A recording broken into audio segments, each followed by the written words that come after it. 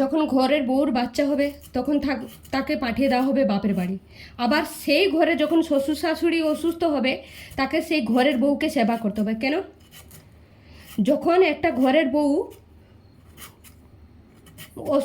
অসুস্থ হয় তখন তার সেবা করবে তার বাপ মা, আর যখন শ্বশুর শাশুড়ি অসুস্থ হবে তার সেবা করবে বৌমা। কিন্তু সেই নিয়মটা আবার কীরকম দেখো, শ্বশুর শাশুড়ি সেবা বৌমাকে করতে হবে, কিন্তু কোনো মেয়ে যদি তার বাপ মা অসুস্থ হওয়ার পরে সেবা করতে যায়, সেই শ্বশুর শাশুড়ির প্রচুর অসুবিধা, প্রচুর প্রবলেম। রাজ্য দুনিয়ায় সবাই জানতে পেয়ে যায় যে আমাদের ঘরের বউ তার বাপ মার কাছে গেছে, বাপ মার সেবা করছে। বাবা মা ছেলের হোক মেয়ের হোক সবার সমান অধিকার।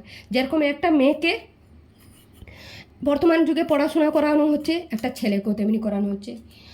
বর্তমান যুগে হয়তো মেয়েদেরকে অনেক সময় অনেক কিছু স্বাধীনতা দেওয়া হয় না, অনেকের বিয়ে দিয়ে দেওয়া হয় অল্প বয়সে, কিন্তু বিয়ে দিতে গেলেও না বর্তমান ভালোই খরচ হচ্ছে। সেই টাকাটা একটা ছেলেকে খরচ করে পড়ানো হয়, সে ইনকাম করে। কিন্তু দেখতে গেলে দুদিকে বিচার করতে গেলে যে একটা ছেলের পিছনে যত খরচ হচ্ছে একটা মেয়ের পিছনে তত খরচ হচ্ছে। কিন্তু এই দেখো, এই যে সম্পত্তি বলো, জমি জায়গা বলো, ওটা ওটা কতটা ছেলেরা, কোটা ছেলে গিয়ে ঘরে বসে চাষবাস করে ভোগ করছে? তা তো না, সেটা তো করছে না। কিন্তু এই যে সম্পত্তি বলবে বউদেরকে, কেন বাপের বাড়ি থেকে সম্পত্তি আনলো না? আগে বিচার করো, তোমার মেয়ে বা তোমার মেয়েদেরকে দিয়েছো, তারপরে অন্য মেয়েকে বলবে যে তুমি কেন বাপের বাড়ি থেকে আনোনি।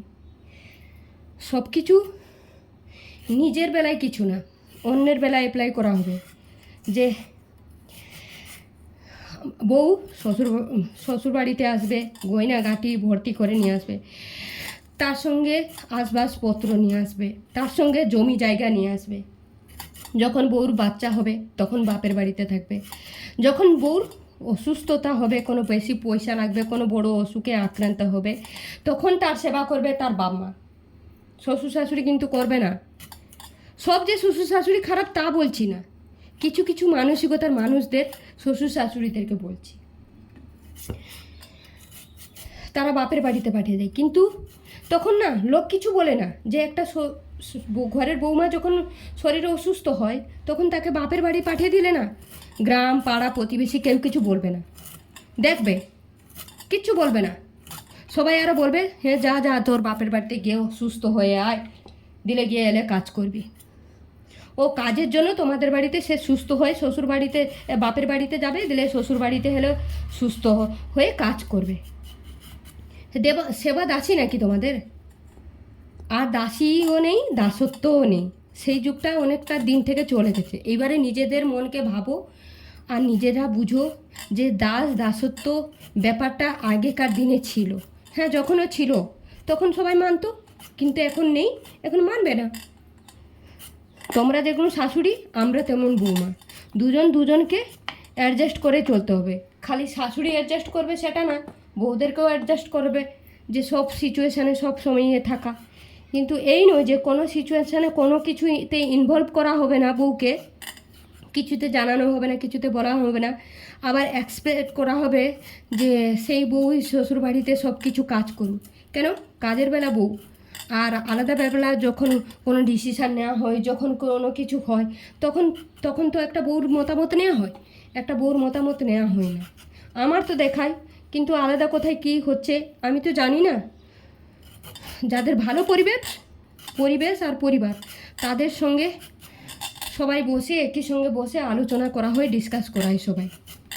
তারা কিন্তু ঘরের বউ খালি না, নিজের মেয়ের মতন সম্মান দেয়।